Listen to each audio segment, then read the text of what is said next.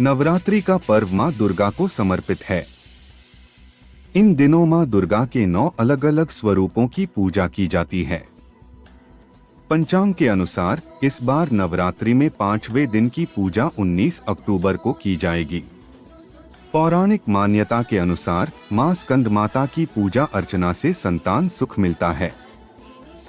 नमस्कार दोस्तों, सुनो सिर्फ इसको चैनल पर आप सभी का स्वागत है। अगर आप माता रानी की भक्त हैं तो कमेंट में जय माता दी जरूर लिखें, और अगर अभी तक आपने चैनल को सब्सक्राइब नहीं किया तो सब्सक्राइब कर ले। धन्यवाद।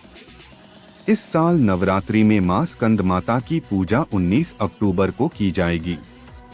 मां स्कंद माता का ध्यान करने से भक्तों को ध्यान और धार्मिक उन्नति का अनुभव होता है।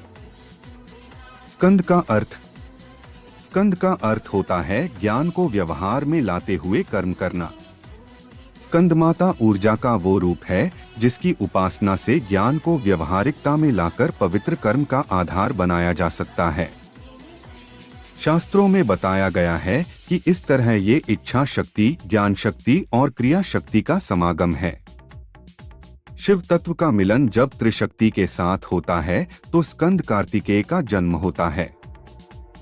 मां की कृपा से मिलता है संतान सुख। मां स्कंद माता अपने भक्तों पर पुत्र के समान स्नेह लुटाती हैं। मां का स्मरण करने से ही असंभव कार्य संभव हो जाते हैं। मां स्कंद माता की कृपा से संतान सुख मिलता है। ऐसा है मां स्कंद माता का स्वरूप। स्कंद माता कमल के आसन पर विराजमान हैं, जिसके कारण उन्हें पद्मासना देवी भी कहा जाता है। धर्म शास्त्रों में मां स्कंद माता सूर्यमंडल की अधिष्ठात्री देवी मानी जाती हैं। मां स्कंद माता को पार्वती एवं उमा नाम से भी जाना जाता है। ऐसे करें मां स्कंद माता की पूजा। नवरात्रि के 5वें दिन सुबह स्नान कर साफ कपड़े पहनें और मां का ध्यान करें। मां की प्रतिमा या चित्र को गंगा जल से शुद्ध करें। फिर मां को कुमकुम, अक्षत, फूल, फल आदि अर्पित करें। मां को भोग के रूप में मिष्ठान और 5 प्रकार के फलों का भोग लगाएं। मां का ध्यान करें। मां के सामने शुद्ध घी का दीपक जलाएं। सच्चे भाव से मां की पूजा करें और आरती उतारें। कथा पढ़ने के बाद और आखिरी में मां स्कंद माता के मंत्रों का जाप करें। पूजा विधि। सबसे पहले सुबह जल्दी उठकर स्नान आदि से निवृत्त होने के बाद साफ कपड़े पहनें। इसके बाद मां की प्रतिमा को गंगाजल से स्नान कराएं। फिर मां को उनका प्रिय पुष्प अर्पित करें। मां को रोली कुमकुम भी लगाएं। स्कंद माता का ध्यान करने के बाद मंत्र का जाप करें। मां की कथा पढ़े और आरती करें। स्कंद माता का भोग। मां को केले का भोग अति प्रिय है। मां को आप खीर का प्रसाद भी अर्पित कर सकते हैं। मां स्कंद माता का मंत्र। या देवी सर्वभूतेषु मां स्कंद माता रूपेण संस्थिता। नमस्तस्य नमस्तस्य नमस्तस्य नमो नमः। 5वें दिन पहनें सफेद रंग। पौराणिक मान्यता के अनुसार सफेद रंग माता को पसंद है। ये रंग शांति का माना जाता है।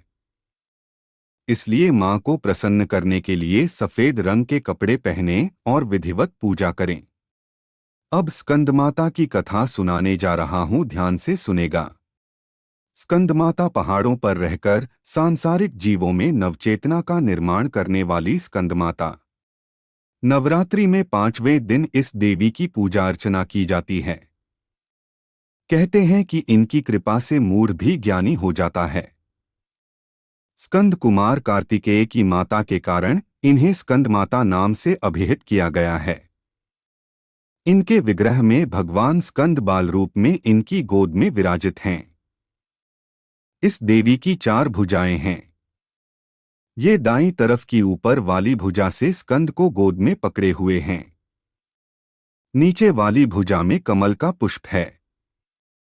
बाईं तरफ ऊपर वाली भुजा में वरद मुद्रा में हैं और नीचे वाली भुजा में कमल पुष्प है। इनका वर्ण एकदम शुभ्र है। ये कमल के आसन पर विराजमान रहती हैं।